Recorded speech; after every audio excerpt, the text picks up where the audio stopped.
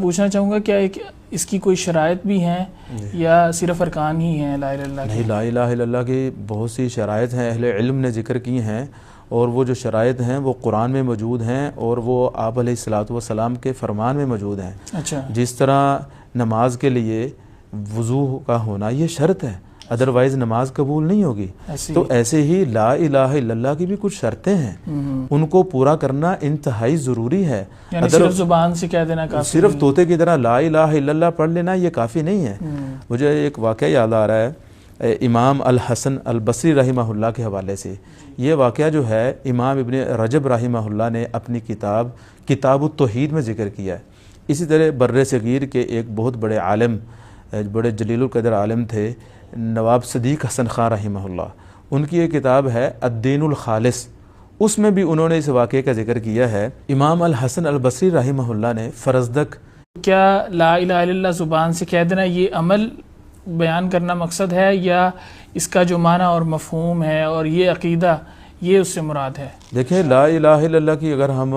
بات کریں اس کا معنی مفہوم یا اس کی امپورٹنس کیا ہے یا اس کی قدر و منزلت کیا ہے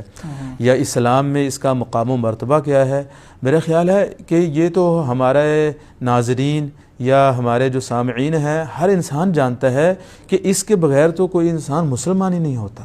ٹھیک ہے، اگر وہ بائی برتھ مسلمان ہو تب بھی جب اس کو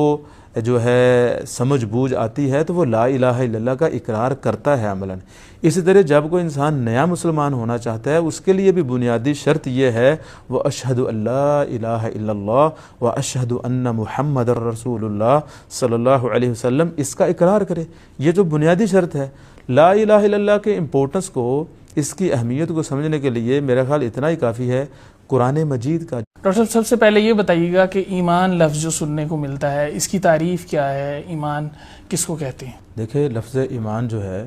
قرآن مجید میں اور احادیث مصطفیٰ صلی اللہ علیہ وآلہ وسلم میں بارہا دفعہ استعمال ہوا ہے۔ ٹھیک ہے، لغت اور لینگویج کے اعتبار سے اس کا مطلب ہوتا ہے کسی چیز کی زیادتی، تصدیق اور اعتقاد، نظریہ۔ اس کی جو اصطلاحی ڈیفینیشن اہل سنہ کی کتب میں پائی جاتی ہے وہ یہ ہے الاقرار باللسان والتصدیق بالقلب والعمل بالجنان، کہ زبان سے ایمان کا اقرار کرنا، دل سے اس کی تصدیق کرنا اور پھر عملاً مسلمان ایک مومن بن کے دکھانا، یہ ایمان کی ڈیفینیشن ہے۔ گویا کہ اس کے اندر تین چیزیں ہیں، زبان سے اقرار بھی ہو، دل سے تصدیق بھی ہو، اور انسان کے جو اعضاء ہیں وہ عملاً